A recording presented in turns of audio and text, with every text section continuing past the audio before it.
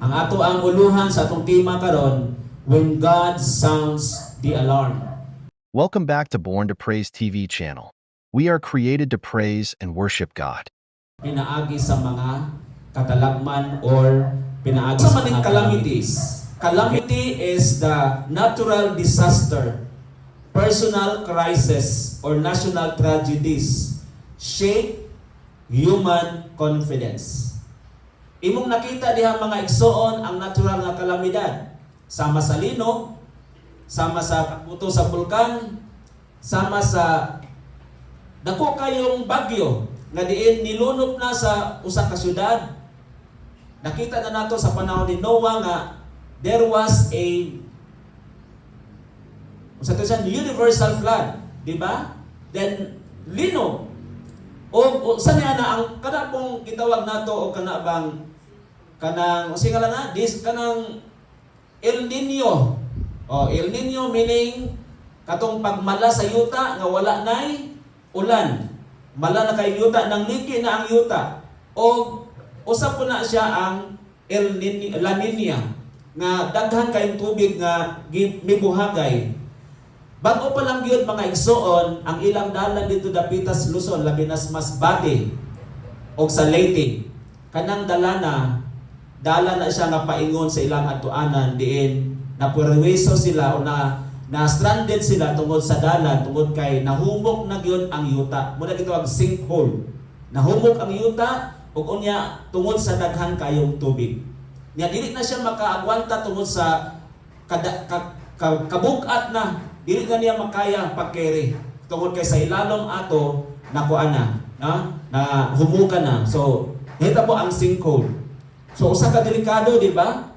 So, may naman ta dinhi sa Negros Oriental kay mura gamay ra kay nga to ang mga damage, di ba? Pero sa uban mga igsoon, daghang kayong pinsala ni Opong.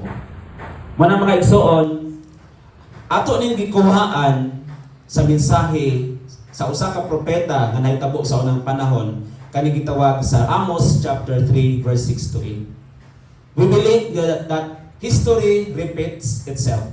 Na ang mga panghitabo magbalik-balik ra gyud na siya. Magbalik-balik unya unsa ta katatag, unsa ta kalig-on nga atong sagubangon ang kanang mga trahedya nga posibleng muhatag sa atong pagtuo. Pwedeng mawalang atong kumpiyansa nga makaingon na dayon ta aduna bay Dios. Daghan ang magsulti, where is God in this? Asa ang Dios ni anang dapita.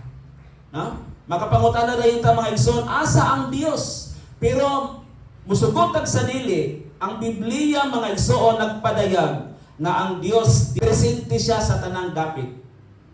Walay mga panghitabo nining kalibutan nga dili alam sa Ginoo. Walay panghitabo ning kalibutan nga wala masayod ang Dios. Kabalo ang Dios. Gani niingon siya sa bersikulo 7 sa Amos chapter 3. Sapagkat tinuod ang tanang himuon sa Ginoong Dios, ipahibalo gayon niya sa iyang mga alagad nga mga propeta. Kinsay dili mahadlok kung mubulok na ang leon. Kung ang Ginoong Dios mao'y musulti, kinsay makapugong sa pagsangyaw sa iyang mensahe. Muna mga igsoon, doon na tayo 5 ka mga pagtulunan nga dapat nato i-emerge karong buntaga. Dapat atong masayran mga igsoon aron makasabot ta nga kung muabot sa itong makinabuhi, uni abot naman gani, dili ta makapangutana sa Ginoo nganong nahitabo mani sa akong kinabuhi. Amen? Hallelujah.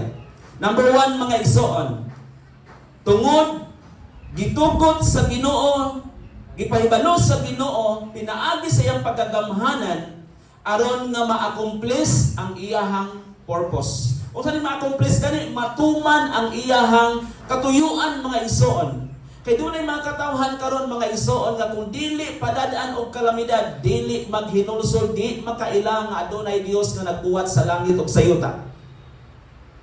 Ang ilang pagkinabuhi daw sa wala lang.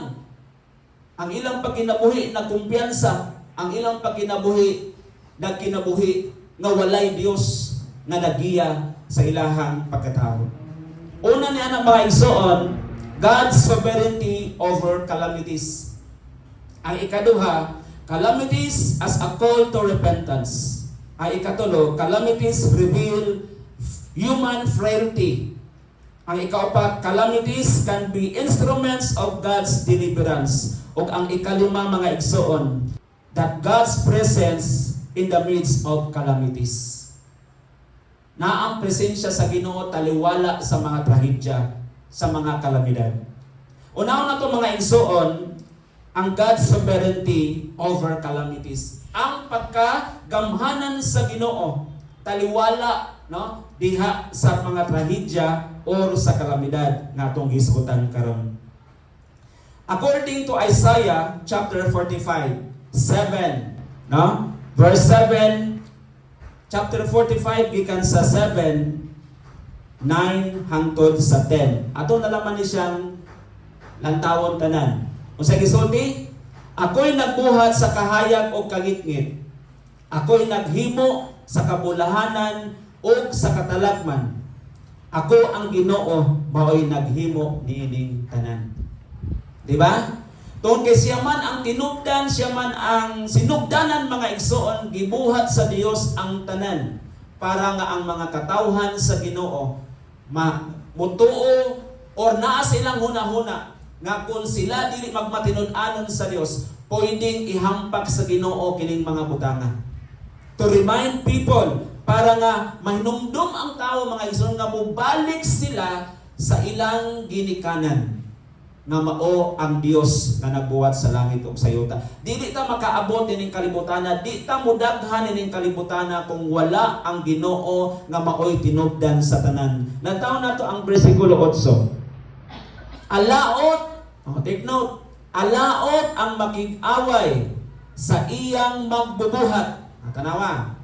Alaot ang makig-away sa iyang magbubuhat kay sama ra kini sa kulon nga nakig-away sa magkukulon. Muingon ba ang yuta nga kulunon ngadto sa magkukulon? Unsay imong gihimo? Umay takatakos ka ba? Kining mga pangutanahan, mga igsoon, sama rin sa minguta nga, nganong gibuhat pamangkon nimo? Nganong imo mangkong gipanganak ning kalibutan nga tuga-tuga kag pagpanganak na di man ka makabuhi nako? Parehos na ana sa gisulti sa Ginoo. O di ba? Ningon siya, ang alaot ang makig-away sa iyang magbubuhat kay sama ra kini sa kulon nga nakig-away sa magkukulon. Muingon ba ang yuta nga kulonon ngadto sa magkukulon? Unsay imong gihimo? Umay katakos ka ba?